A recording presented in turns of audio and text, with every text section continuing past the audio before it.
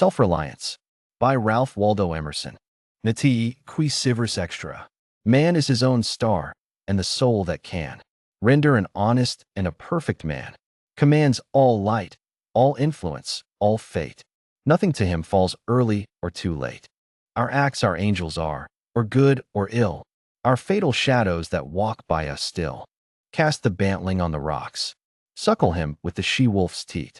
Wintered with the hawk and fox. Power and speed be hands and feet. I read the other day some verses written by an eminent painter which were original and not conventional. The soul always hears an admonition in such lines, let the subject be what it may. The sentiment they instill is of more value than any thought they may contain. To believe your own thought, to believe that what is true for you in your private heart is true for all men, that is genius. Speak your latent conviction, and it shall be the universal sense, for the inmost in due time becomes the outmost, and our first thought is rendered back to us by the trumpets of the last judgment. Familiar as the voice of the mind is to each, the highest merit we ascribe to Moses, Plato, and Milton is that they set at naught books and traditions, and spoke not what men, but what they thought. A man should learn to detect and watch that gleam of light which flashes across his mind from within, more than the luster of the firmament of bards and sages. Yet he dismisses without notice his thought, because it is his. In every work of genius we recognize our own rejected thoughts. They come back to us with a certain alienated majesty. Great works of art have no more affecting lesson for us than this. They teach us to abide by our spontaneous impression with good-humored inflexibility than most when the whole cry of voices is on the other side.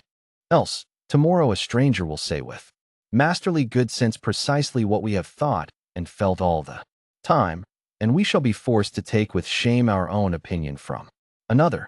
There is a time in every man's education when he arrives at the conviction that envy is ignorance, that imitation is suicide, that he must take himself for better, for worse, as his portion, that, though the wide universe is full of good, no kernel of nourishing corn can come to him but through his toil bestowed on that plot of ground, which is given to him to till. The power which resides in him is new in nature, and none but he knows what that is which he can do, nor does he know until he has tried. Not for nothing one face, one character, one fact, makes much impression on him, and another none. This sculpture in the memory is not without pre-established harmony. The eye was placed where one ray should fall, that it might testify of that particular ray. We but half express ourselves, and are ashamed of that divine idea which each of us represents. It may be safely trusted as proportionate and of good issues, so it be faithfully imparted, but God will not have his work made manifest by cowards. A man is relieved and gay when he has put his heart into his work and done his best, but what he has said or done otherwise shall give him no peace. It is a deliverance which does not deliver. In the attempt his genius deserts him. No muse befriends, no invention, no hope. Trust thyself. Every heart vibrates to that iron string. Accept the place the divine providence has found for you, the society of your contemporaries, the connection of events. Great men have always done so, and confided themselves childlike to the genius of their age, betraying their perception that the absolutely trustworthy was seated at their heart, working through their hands, predominating in all their being. And we are now men, and must accept in the highest mind the same transcendent destiny, and not minors and invalids in a protected corner, not cowards fleeing before a revolution, but guides, redeemers, and benefactors, obeying the almighty effort and advancing on chaos and the dark. What pretty oracles nature yields us on this text, in the face and behavior of children, babes, and even brutes. That divided and rebel mind, that distrust of a sentiment because our arithmetic has computed the strength and means opposed to our purpose, these have not their mind being whole. Their eye is as yet unconquered, and when we look in their faces we are disconcerted. Infancy conforms to nobody. All conform to it, so that one babe commonly makes 4 or 5 out of the adults who prattle and play to it. So God has armed youth, and puberty and manhood no less with its own piquancy and charm, and made it enviable and gracious, and its claims not to be put by, if it will stand by itself. Do not think the youth has no force, because he cannot speak to you and me. Hark! In the next room his voice is sufficiently clear and emphatic. It seems he knows how to speak to his contemporaries, bashful or bold. Then he will know how to make us seniors very unnecessary. The nonchalance of boys who are sure of a dinner and would disdain as much as a lord to do or say ought to conciliate one is the healthy attitude of human nature. A boy is in the parlor what the pit is in the playhouse, independent, irresponsible, looking out from his corner on such people and facts as pass by. He tries and sentences them on their merits, in the swift, summary way of boys, as good, bad, interesting, silly, eloquent, troublesome. He cumbers himself never about consequences, about interests. He gives an independent, genuine verdict. You must court him. He does not court you. But the man is, as it were, clapped into jail by his consciousness. As soon as he has once acted or spoken with __, he is a committed person, watched by the sympathy or the hatred of hundreds, whose affections must now enter into his account. There is no lethe for this. Oh, that he could pass again into his neutrality. Who can thus avoid all pledges, and having observed, observe again from the same unaffected, unbiased, unbribable, unaffrighted innocence, must always be formidable. He would utter opinions on all passing affairs, which, being seen to be not private, but necessary, would sink like darts into the ear of men, and put them in fear. These are the voices which we hear in solitude, but they grow faint and inaudible as we enter into the world. Society everywhere is in conspiracy against the manhood of every one of its members. Society is a joint stock company in which the members agree for the better securing of his bread to each shareholder to surrender the liberty and culture of the eater. The virtue in most request is conformity. Self-reliance is its aversion. It loves not realities and creators, but names and customs. Whoso would be a man must be a nonconformist. He who would gather immortal palms must not be hindered by the name of goodness, but must explore if it be goodness. Nothing is at last sacred but the integrity of your own mind. Absolve you to yourself, and you shall have the suffrage of the world. I remember an answer which, when quite young, I was prompted to make to a valued adviser, who was wont to importune me with the dear old doctrines of the Church. On my saying, "What have I to do with the sacredness of traditions, if I live wholly from within?" my friend suggested, "But these impulses may be from below, not from above." I replied, "They do not seem to me to be such. But if I am the devil's child, I will live then from the devil. No law can be sacred to me but that of my nature. Good and bad are but names very readily transferable to that or this. The only right is what is after my constitution, the only wrong what is against it. A man is to carry himself in the presence of all opposition, as if everything were titular and ephemeral, but I am ashamed to think how easily we capitulate to badges and names, to large societies and dead institutions.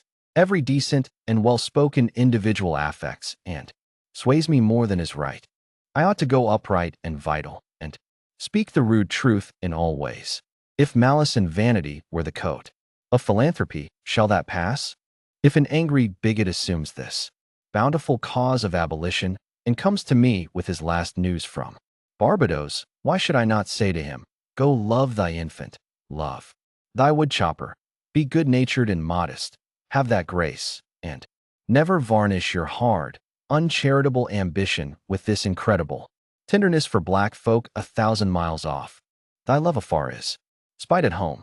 Rough and graceless would be such greeting, but truth is handsomer than the affectation of love.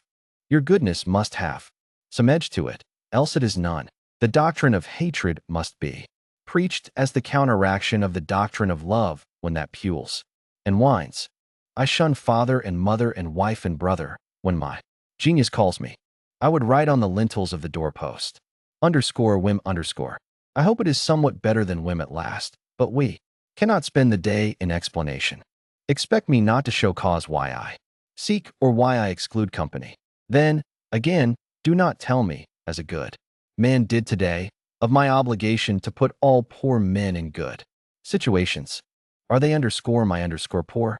I tell thee, thou foolish philanthropist, that I grudge the dollar, the dime, the cent I give to such men as do not belong to me and to whom I do not belong. There is a class of persons to whom by all spiritual affinity I am bought and sold. For them I will go to prison, if need be, but your miscellaneous popular charities, the education at college of fools, the building of meeting houses to the vain into which many now stand, alms to sots, and the thousandfold relief societies, though I confess with shame I sometimes succumb and give the dollar, it is a wicked dollar which by and by I shall have the manhood to withhold. Virtues are, in the popular estimate, rather the exception than the rule. There is the man underscore and underscore his virtues. Men do what is called a good action, as some piece of courage or charity, much as they would pay a fine in expiation of daily non-appearance on parade. Their works are done as an apology or extenuation of their living in the world, as invalids and the insane pay a high board. Their virtues are penances. I do not wish to expiate, but to live. My life is for itself and not for a spectacle. I much prefer that it should be of a lower strain, so it be genuine and equal, than that it should be glittering and unsteady. I wish it to be sound and sweet, and not to need diet and bleeding. I ask primary evidence that you are a man and refuse this appeal from the man to his actions. I know that for myself it makes no difference whether I do or forbear those actions which are reckon excellent.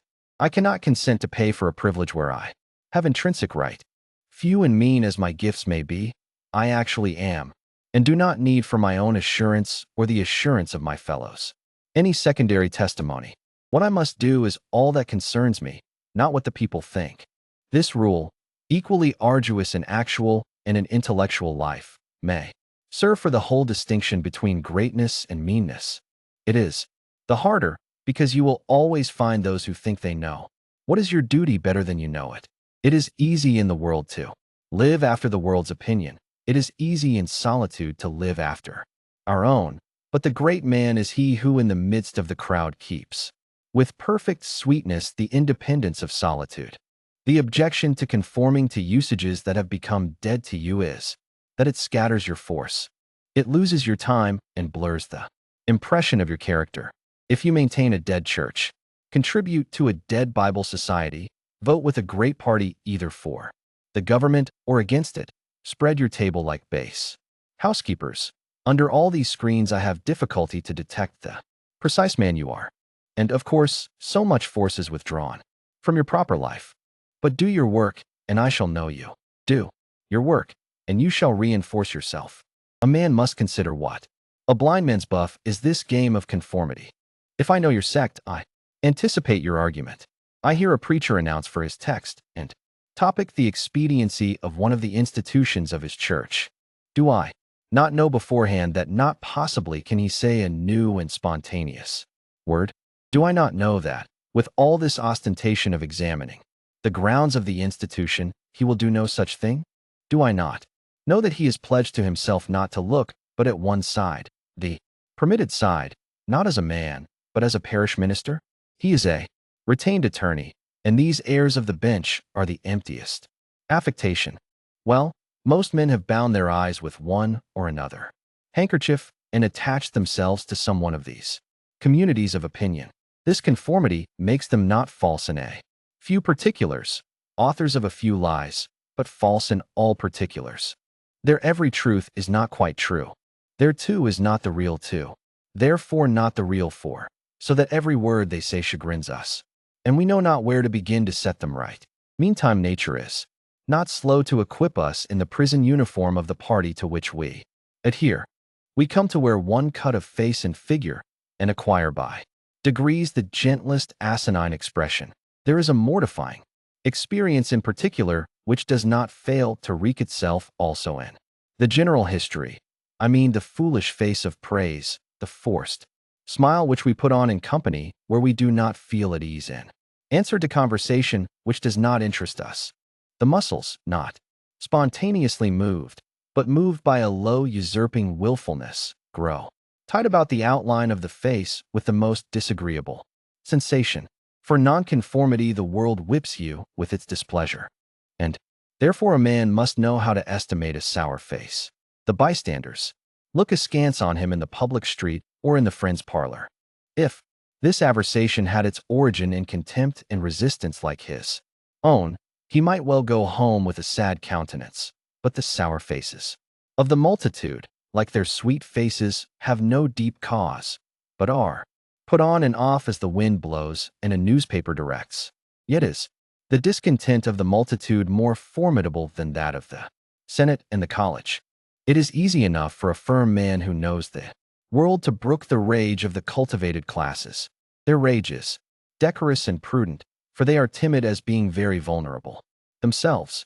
But when to their feminine rage the indignation of the people is added, when the ignorant and the poor are aroused, when the unintelligent brute force that lies at the bottom of society is made to growl and mow, it needs the habit of magnanimity and religion to treat it godlike as a trifle of no concernment. The other terror that scares us from self-trust is our consistency, a reverence for our past act or word, because the eyes of others have no other data for computing our orbit than our past acts, and we are loath to disappoint them. But why should you keep your head over your shoulder? Why drag about this corpse of your memory, lest you contradict somewhat you have stated in this or that public place? Suppose you should contradict yourself, what then? It seems to be a rule of wisdom never to rely on your memory alone, scarcely even in acts of pure memory, but to bring the past for judgment into the thousand-eyed present and live ever in a new day. In your metaphysics, you have denied personality to the deity, yet when the devout motions of the soul come, yield to them heart and life, though they should clothe God with shape and color. Leave your theory, as Joseph his coat in the hand of the harlot, and flee.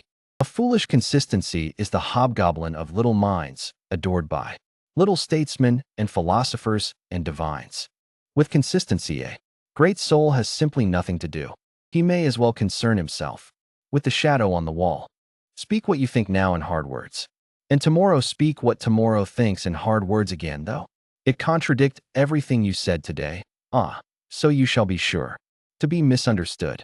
Is it so bad, then, to be misunderstood? Pythagoras was misunderstood, and Socrates, and Jesus, and Luther, and Copernicus, and Galileo, and Newton, and every pure and wise spirit that ever took flesh. To be great is to be misunderstood. I suppose no man can violate his nature. All the sallies of his will are rounded in by the law of his being, as the inequalities of Andes and Himalaya are insignificant in the curve of the sphere. Nor does it matter how you gauge and try him. A character is like an acrostic or Alexandrian stanza. Read it forward, backward, or across, it still spells the same thing. In this pleasing, contrite wood life which God allows me, let me record day by day my honest thought without prospect or retrospect, and, I cannot doubt it, will be found symmetrical, though I mean it not, and see it not. My book should smell of pines and resound with the hum of insects. The swallow over my window should interweave that thread or straw he carries in his bill into my web also. We pass for what we are. Character teaches above our wills. Men imagine that they communicate their virtue or vice only by overt actions, and do not see that virtue or vice emit a breath every moment. There will be an agreement in whatever variety of actions, so they be each honest and natural in their hour. For of one will, the actions will be harmonious, however unlike they seem. These varieties are lost sight of at a little distance, at a little height of thought. 1. Tendency unites them all. The voyage of the best ship is a zigzag line of 100 tacks. See the line from a sufficient distance, and it straightens itself to the average tendency. Your genuine action will explain itself and will explain your other genuine actions. Your conformity explains nothing. Act singly, and what you have already done singly will justify you now. Greatness appeals to the future. If I can be firm enough today to do right, and scorn eyes, I must. Have done so much right before as to defend me now. Be it how it will. Do right now. Always scorn appearances, and you always may. The force of character is cumulative. All the foregone days of virtue work there. Health into this. What makes the majesty of the heroes of the Senate, and the field, which so fills the imagination? The consciousness of a train of great days and victories behind. They shed an united light on the advancing actor. He is attended as by a visible escort of angels. That is it which throws thunder into Chatham's voice and dignity, into Washington's port, and America into Adams's eye. Honor is venerable to us because it is no ephemeris. It is always ancient. Virtue, we worship it today because it is not of today. We love it and pay it homage because it is not a trap for our love and homage, but is self-dependent, self-derived, and therefore of an old, immaculate pedigree, even if shown in a young person. I hope in these days we have heard the last of conformity and consistency. Let the words be gazetted and ridiculous henceforward. Instead of the gong for dinner, let us hear a whistle from the Spartan fife. Let us never bow and apologize more. A great man is coming to eat at my house. I do not wish to please him. I wish that he should wish to please me. I will stand here for humanity, and though I would make it kind, I would make it true. Let us affront and reprimand the smooth mediocrity and squalid contentment of the times, and hurl in the face of custom and trade and office the fact which is the upshot of all history, that there is a great responsible thinker and actor working wherever a man works, that a true man belongs to no other time or place, but is the center of things. Where he is, there is nature. He measures you, and all men, and all events. Ordinarily, everybody in society reminds us of somewhat else, or of some other person. Character, reality, reminds you of nothing else. It takes place of the whole creation. The man must be so much that he must make all circumstances indifferent. Every true man is a cause, a country, and an age, requires infinite spaces and numbers and time, fully to accomplish his design, and posterity seem to follow his steps as a train of clients. A man Caesar is born, and for ages, after we have a Roman Empire, Christ is born, and millions of minds so grow and cleave to his genius that he is confounded with virtue and the possible of man. An institution is the lengthened shadow of one man, as monachism, of the hermit Antony, the Reformation of Luther, Quakerism of Fox, Methodism of Wesley, abolition of Clarkson, Scipio, Milton called the height of Rome, and all history resolves itself very easily into the biography of a few stout and earnest persons. Let a man then know his worth and keep things under his feet. Let him not peep or steal or skulk up and down with the air of a charity boy, a bastard, or an interloper in the world which exists for him. But the man in the street, finding no worth in himself which corresponds to the force which built a tower or sculptured a marble god, feels poor when he looks on these. To him a palace, a statue, a costly book, have an alien and forbidding air, much like a gay equipage, and seem to say like that, "Who are you, sir?" Yet they all are his suitors for his notice, petitioners to his faculties that they will come out and take possession. The picture waits for my verdict. It is not to command me, but I am to settle its claims to praise. That popular fable of the sot who was picked up dead drunk in the street, carried to the Duke's house, washed and dressed, and laid in the Duke's bed, and, on his waking, treated with all obsequious ceremony like the Duke, and assured that he had been insane, owes its popularity to the fact that it symbolizes so well the state of man, who is in the world a sort of sot, but now and then wakes up, exercises his reason, and finds himself a true prince. Our reading is mendicant and sycophantic. In history, our imagination plays us false. Kingdom and lordship, power and estate, are a gaudier vocabulary than Private John and Edward in a small house and common day's work. But the things of life are the same to both. The sum total of both is the same. Why all this deference to Alfred and Skanderbeg and Gustavus? Suppose they were virtuous, did they wear out virtue? as great a stake depends on your private act. Today, as followed their public and renowned steps. When private men shall act with original views, the luster will be transferred from the actions of kings to those of gentlemen. The world has been instructed by its kings, who have so magnetized the eyes of nations. It has been taught by this colossal symbol the mutual reverence that is due from man to man, the joyful loyalty with which men have everywhere suffered the king, the noble, or the great proprietor to walk among them by a law of his own, make his own scale of men and things, and reverse theirs, pay for benefits not with money, but with honor, and represent the law in his person, was the hieroglyphic by which they obscurely signified their consciousness of their own right and comeliness, the right of every man. The magnetism which all original action exerts is explained when we inquire the reason of self-trust. Who is the trustee? What is the aboriginal self on which a universal reliance may be grounded? What is the nature and power of that science-baffling star, without parallax, without calculable elements, which shoots a ray of beauty even into trivial and impure actions, if the least mark of independence appear?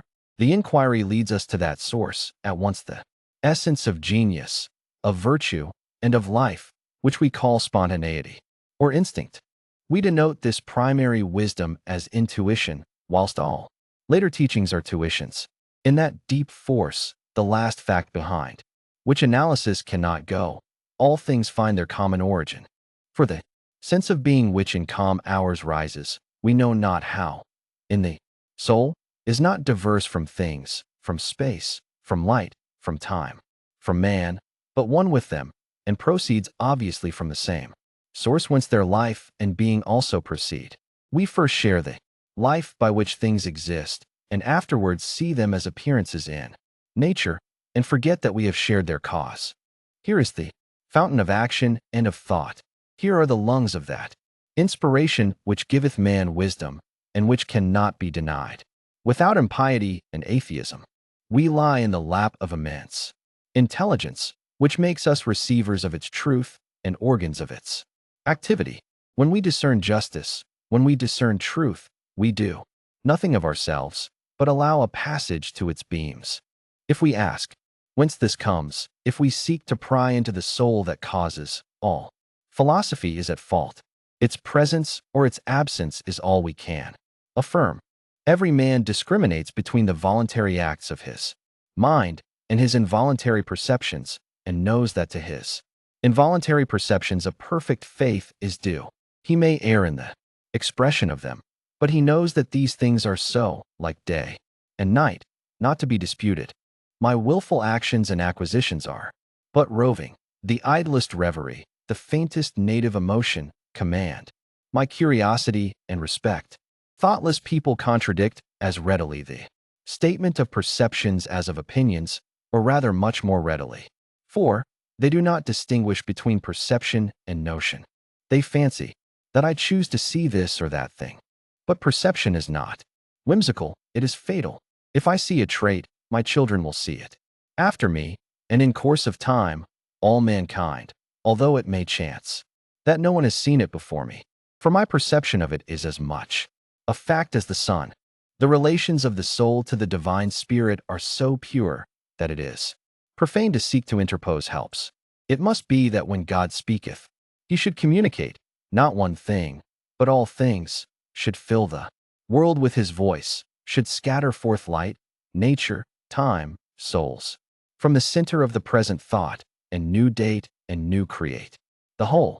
Whenever a mind is simple and receives a divine wisdom, old things pass away, means, teachers, texts, temples fall, it lives now, and absorbs past and future into the present hour. All things are made sacred by relation to it, one as much as another.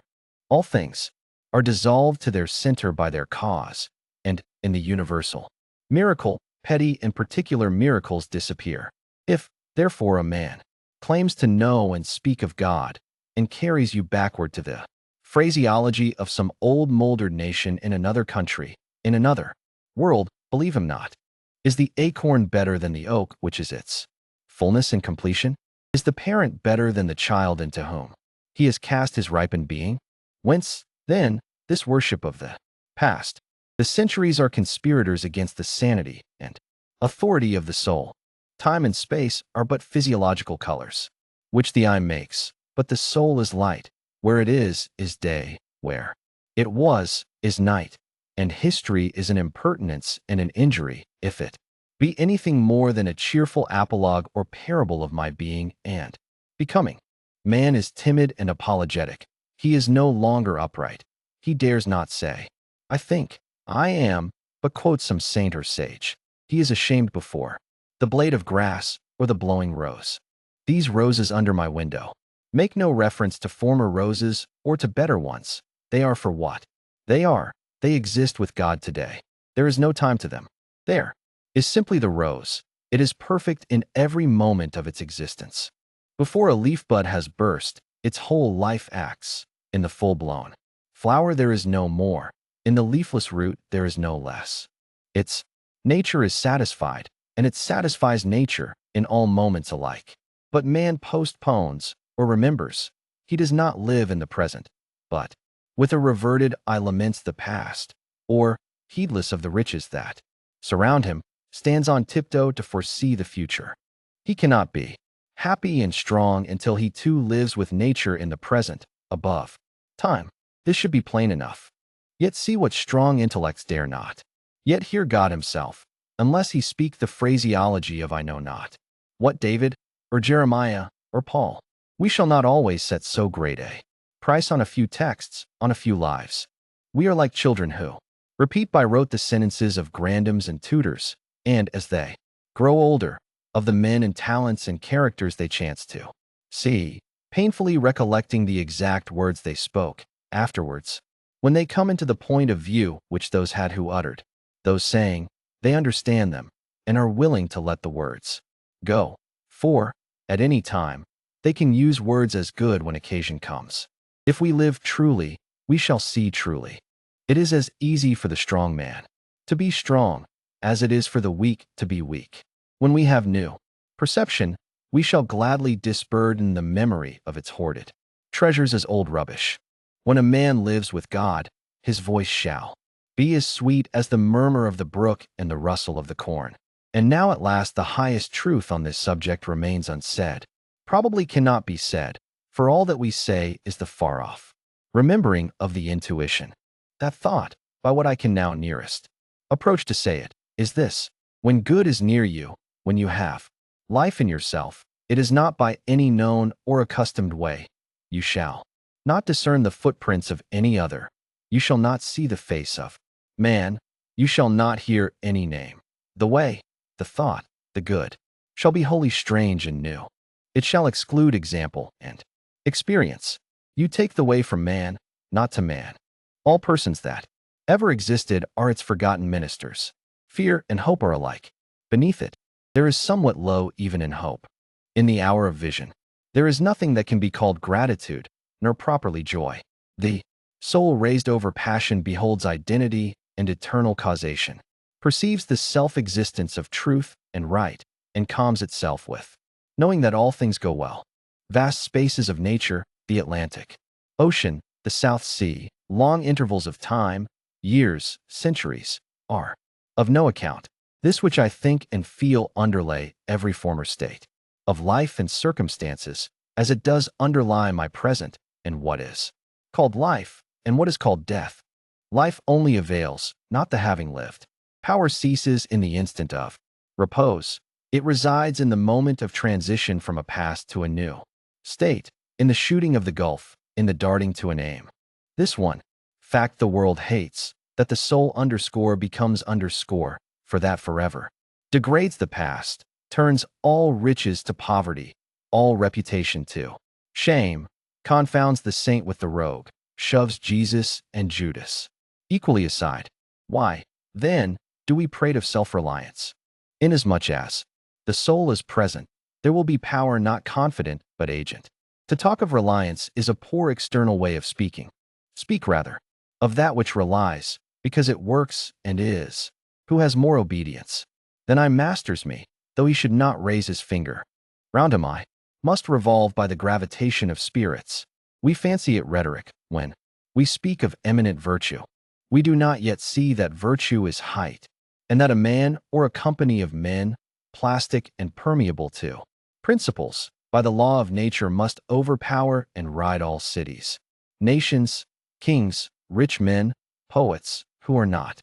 This is the ultimate fact which we so quickly reach on this, as on every topic, the resolution of all into the ever-blessed one. Self-existence is the attribute of the supreme cause, and it constitutes the measure of good by the degree in which it enters into all lower forms. All things real are so by so much virtue as they contain. Commerce, husbandry, hunting, whaling, war, eloquence, personal weight, are somewhat, and engage my respect as examples of its presence and impure action. I see the same law working in nature, for conservation and growth. Power is in nature the essential measure of right. Nature suffers nothing to remain in her kingdoms which cannot help itself. The genesis and maturation of a planet, its poise and orbit, the bended tree recovering itself from the strong wind, the vital resources of every animal and vegetable, are demonstrations of the self-sufficing and therefore self-relying soul. Thus all concentrates. Let us not rove. Let us sit at home with the cause. Let us stun and astonish the intruding rabble of men and books and institutions by a simple declaration of the divine fact. Bid the invaders take the shoes from off their feet, for God is here within. Let our simplicity judge them, and our docility to our own law demonstrate the poverty of nature and fortune beside our native riches. But now we are a mob. Man does not stand in awe of man, nor is his genius admonished to stay at home to put itself in communication with the internal ocean, but it goes abroad to beg a cup of water of the urns of other men. We must go alone. I like the silent church before the service begins, better than any preaching. How far off, how cool, how chaste the persons look, begirt each one with a precinct or sanctuary. So let us always sit. Why should we assume the faults of our friend, or wife, or father, or child, because they sit around our hearth, or are said to have the same blood? All men have my blood, and I have all men's.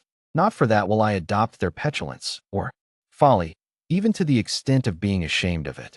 But your isolation must not be mechanical, but spiritual, that is, must be elevation.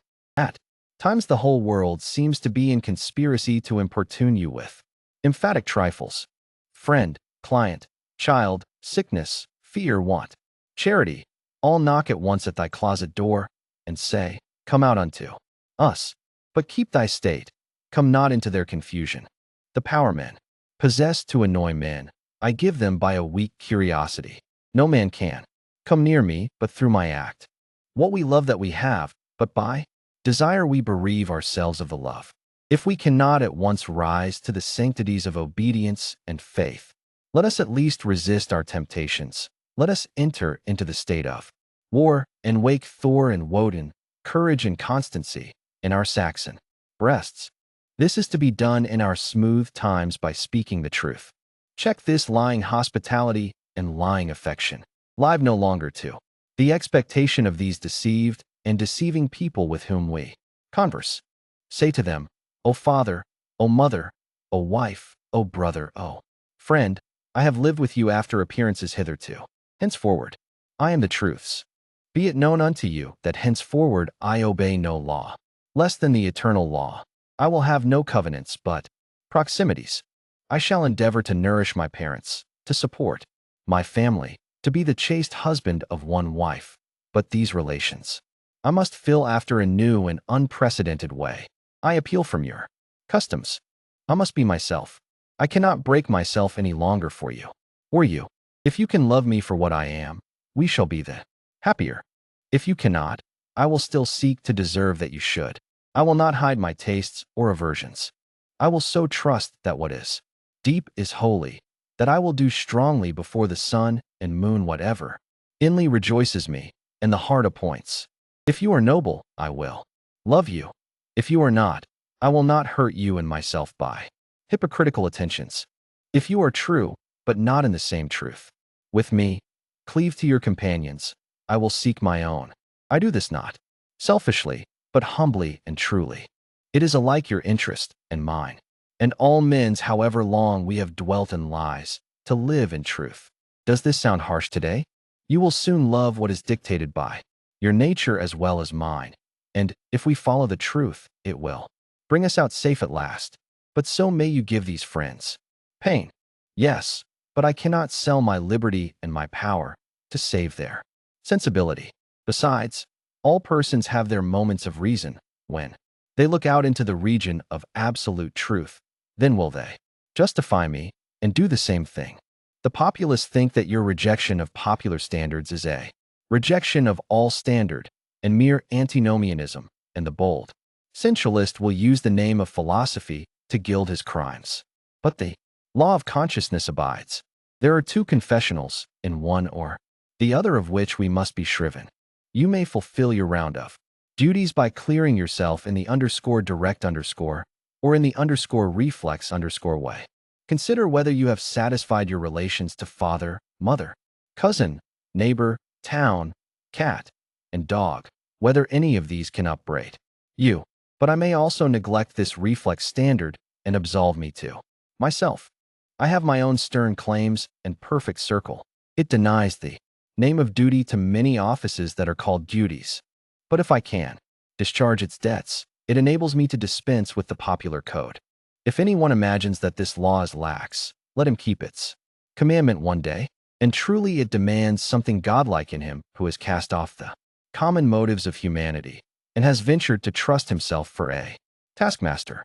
High be his heart, faithful his will, clear his sight, that he may in good earnest be doctrine, society, law, to himself, that a simple purpose may be to him as strong as iron necessity is to others. If any man consider the present aspects of what is called by distinction _society _, he will see the need of these ethics. The sinew and heart of man seem to be drawn out, and we are become timorous, desponding whimperers. We are afraid of truth, afraid of fortune, afraid of death, and afraid of each other. Our age yields no great and perfect persons. We want men and women who shall renovate life and our social state. But we see that most natures are insolvent, cannot satisfy their own wants, have an ambition out of all proportion to their practical force, and do lean and beg day and night continually. Our housekeeping is mendicant, our arts, our occupations, our marriages, our religion, we have not chosen, but society has chosen for us. We are parlor soldiers. We shun the rugged battle of fate, where strength is born. If our young men miscarry in their first enterprises, they lose all heart. If the young merchant fails, men say he is _ruined _. If the finest genius studies at one of our colleges and is not installed in an office within 1 year afterwards in the cities or suburbs of Boston or New York, it seems to his friends and to himself that he is right in being disheartened and in complaining the rest of his life. A sturdy lad from New Hampshire or Vermont, who in turn tries all the professions, who teams it, farms it peddles keeps a school, preaches, edits a newspaper, goes to Congress, buys a township, and so forth, in successive years, and always, like a cat, falls on his feet, is worth 100 of these city dolls. He walks abreast with his days, and feels no shame in not studying a profession, for he does not postpone his life, but lives already. He has not one chance, but 100 chances. Let a Stoic open the resources of man and tell men they are not leaning willows, but can and must detach themselves, that with the exercise of self-trust, new powers shall appear, that man is the Word made flesh, born to shed healing to the nations, that he should be ashamed of our compassion, and that the moment he acts from himself, tossing the laws, the books, idolatries and customs out of the window, we pity him no more, but thank and revere him, and that teacher shall restore the life of man to splendor and make his name dear to all history. It is easy to see that a greater self-reliance must work a revolution in all the offices and relations of men, in their religion, in their education, in their pursuits, their modes of living, their association, in their property, in their speculative views. 1. In what prayers do men allow themselves? That which they call a holy office is not so much as brave and manly. Prayer looks abroad and asks for some foreign addition to come through some foreign virtue, and loses itself in endless mazes of natural and supernatural, and mediatorial and miraculous. Prayer that craves a particular commodity, anything less than all good, is vicious. Prayer is the contemplation of the facts of life from the highest point of view. It is the soliloquy of a beholding and jubilant soul. It is the Spirit of God pronouncing His works good. But prayer as a means to effect a private end is meanness and theft. It supposes dualism and not unity in nature and consciousness. As soon as the man is at one with God, he will not beg. He will then see prayer in all action. The prayer of the farmer kneeling in his field to weed it, the prayer of the rower kneeling with the stroke of his oar, are true prayers heard throughout nature, though for cheap ends. Caratak, in Fletcher's Bonduca, when admonished to inquire the mind of the God audate, replies, his hidden meaning lies in our endeavors. Our valors are our best gods. Another sort of false prayers are our regrets. Discontent is the want of self-reliance. It is infirmity of will. Regret calamities, if you can thereby help the sufferer. If not, attend your own work, and already the evil begins to be repaired. Our sympathy is just as base. We come to them who weep foolishly and sit down and cry for company, instead of imparting to them truth and health in rough electric shocks, putting them once more in communication with their own reason. The secret of fortune is joy in our hands. Welcome evermore to God's, and men is the self-helping man. For him all doors are flung wide, him all tongues greet, all honors crown, all eyes follow with desire. Our love goes out to him and embraces him because he did not need it. We solicitously and apologetically caress and celebrate him because he held on his way and scorned our disapprobation. The gods love him because men hated him. To the persevering mortal, said Zoroaster, the blessed immortals are swift. As men's prayers are a disease of the will, so are their creeds a disease of the intellect. They say with those foolish Israelites, let not God speak to us, lest we die. Speak thou, speak any man with us, and we will obey. Everywhere I am hindered of meeting God in my brother, because he has shut his own temple doors and recites fables, merely of his brother's or his brother's brother's God. Every new mind is a new classification. If it prove a mind of uncommon activity and power, a Locke, a Lavoisier, a Hutton, a Betham, a Fourier, it imposes its classification on other men, and lo, a new system, in proportion to the depth of the thought, and so to the number of the objects it touches and brings within reach of the pupil, is his complacency. But chiefly is this apparent in creeds and churches, which are also classifications of some powerful mind acting on the elemental thought of duty and man's relation to the highest, such as Calvinism, Quakerism, Swedenborgism. The pupil takes the same delight in subordinating everything to the new terminology as a girl who has just learned botany and seeing a new earth and new seasons. Thereby, it will happen for a time that the pupil will find his intellectual power has grown by the study of his master's mind. But in all unbalanced minds, the classification is idolized, passes for the end, and not for a speedily exhaustible means, so that the walls of the system blend to their eye in the remote horizon with the walls of the universe. The luminaries of heaven seem to them hung on the arch there, master-built.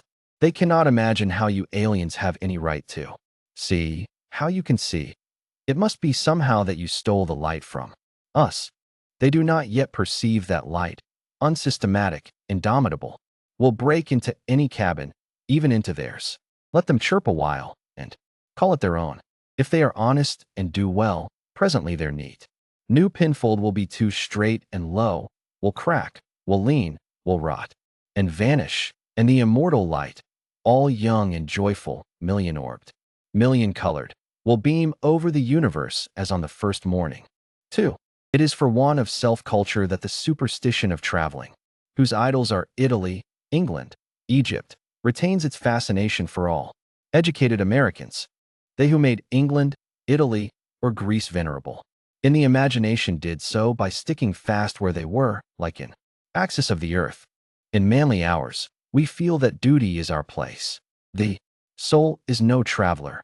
The wise man stays at home, and when his necessities, his duties, on any occasion call him from his house, or into foreign lands, he is at home still, and shall make men sensible, by the expression of his countenance, that he goes the missionary of wisdom and virtue, and visits cities and men like a sovereign, and not like an interloper or a valet.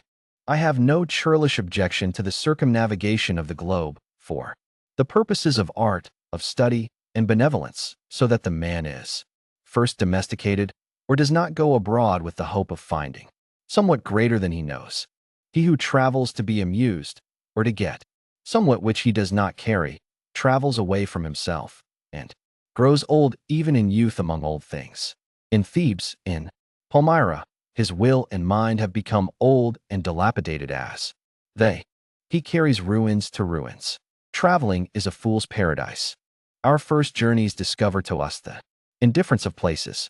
At home I dream that at Naples, at Rome, I can be intoxicated with beauty and lose my sadness. I pack my trunk, embrace my friends, embark on the sea, and at last wake up in Naples. And there beside me is the stern fact, the sad self, unrelenting, identical, that I fled from. I seek the Vatican and the palaces.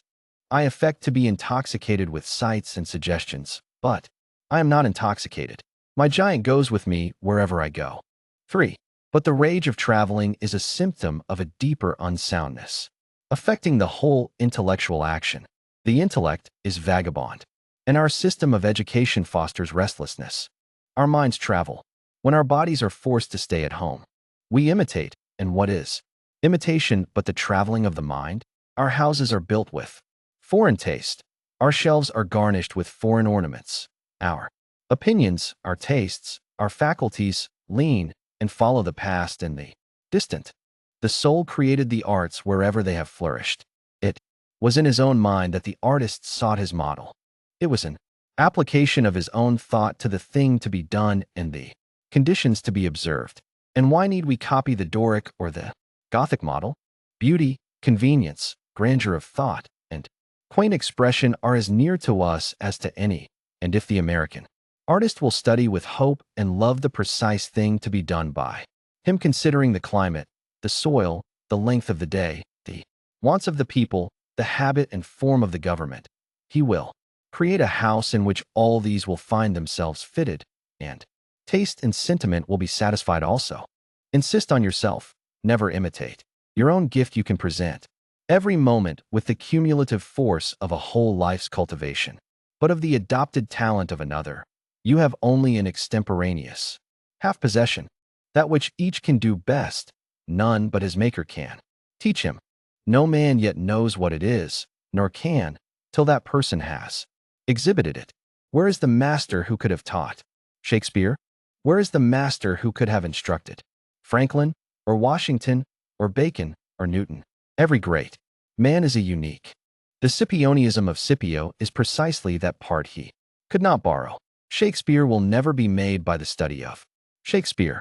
Do that which is assigned to you, and you cannot hope too much or dare too much. There is at this moment for you an utterance, brave and grand as that of the colossal chisel of Phidias, or trowel of the Egyptians, or the pen of Moses or Dante, but different from all these. Not possibly will the soul, all rich, all eloquent, with thousand-cloven tongue, deign to repeat itself, but if you can hear what these patriarchs say, surely you can reply to them in the same pitch of voice, for the ear and the tongue are two organs of one nature. Abide in the simple and noble regions of thy life, obey thy heart, and thou shalt reproduce the foreworld again. 4. As our religion, our education, our art look abroad, so does our spirit of society. All men plume themselves on the improvement of society, and no man improves. Society never advances. It recedes as fast on one side as it gains on the other. It undergoes continual changes. It is barbarous. It is civilized, it is Christianized, it is rich, it is scientific. But this change is not amelioration. For everything that is given, something is taken. Society acquires new arts and loses old instincts.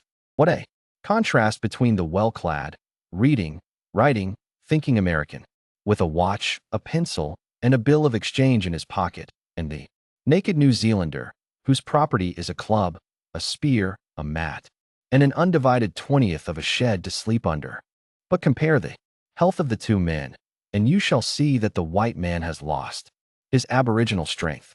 If the traveler tell us truly, strike the savage with a broad axe, and in a day or two the flesh shall unite and heal as if you struck the blow into soft pitch, and the same blow shall send the white to his grave.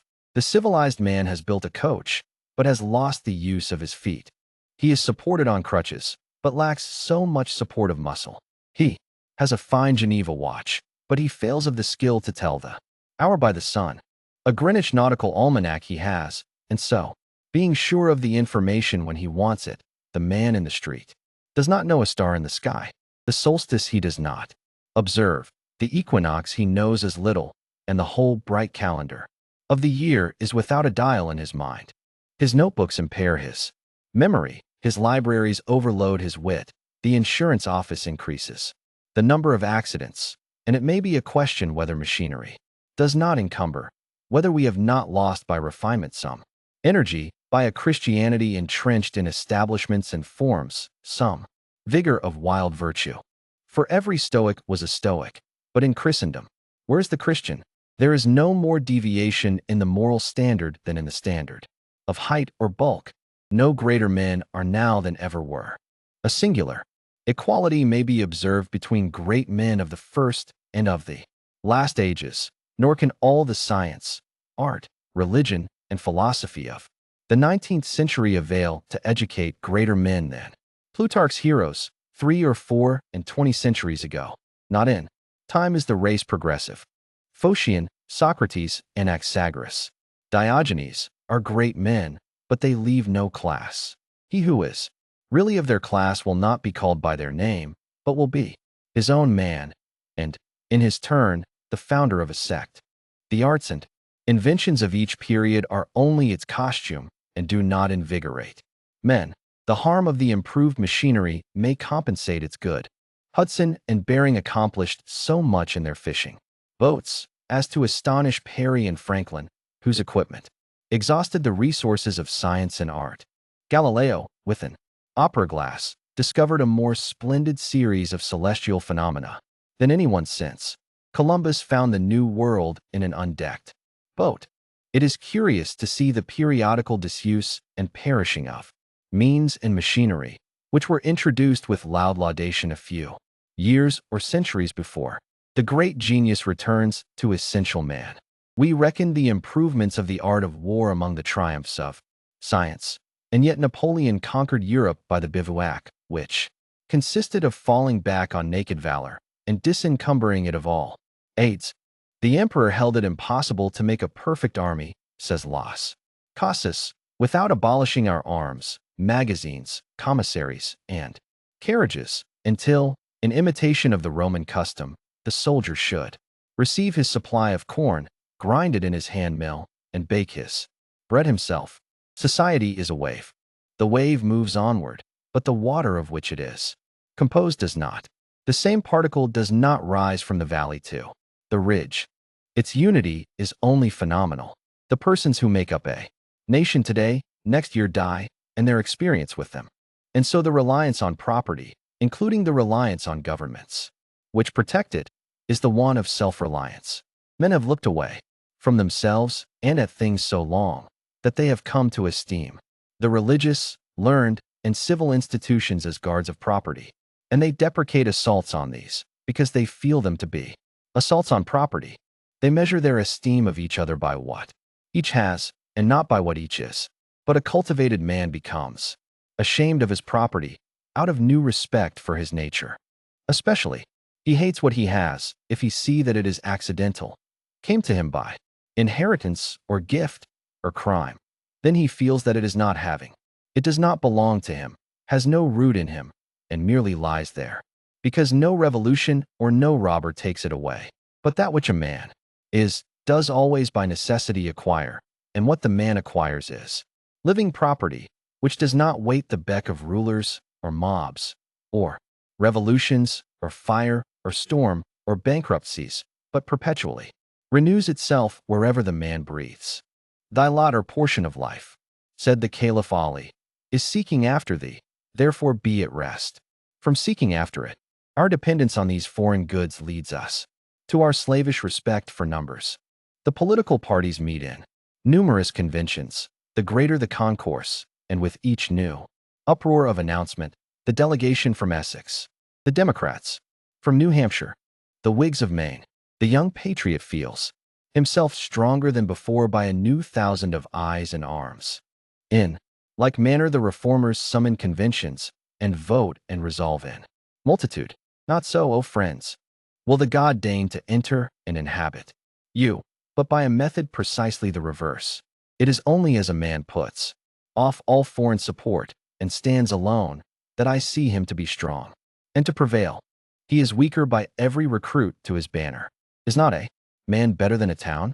Ask nothing of men, and in the endless mutation, thou only firm column must presently appear the upholder of all that surrounds thee. He who knows that power is inborn, that he is weak because he has looked for good out of him and elsewhere, and so, perceiving, throws himself unhesitatingly on his thought, instantly rights himself, stands in the erect position, commands his limbs, works miracles, just as a man who stands on his feet is stronger than a man who stands on his head. So use all that is called fortune. Most men gamble with her, and gain all, and lose all, as her wheel rolls. But do thou leave as unlawful these winnings, and deal with cause and effect, the chancellors of God. In the will work and acquire, and thou hast chained the wheel of chance, and shalt sit hereafter out of fear from her. Rotations, a political victory, a rise of rents, the recovery of your sick, or the return of your absent friend, or some other favorable event, raises your spirits, and you think good days are preparing for you. Do not believe it. Nothing can bring you peace but yourself. Nothing can bring you peace but the triumph of principles.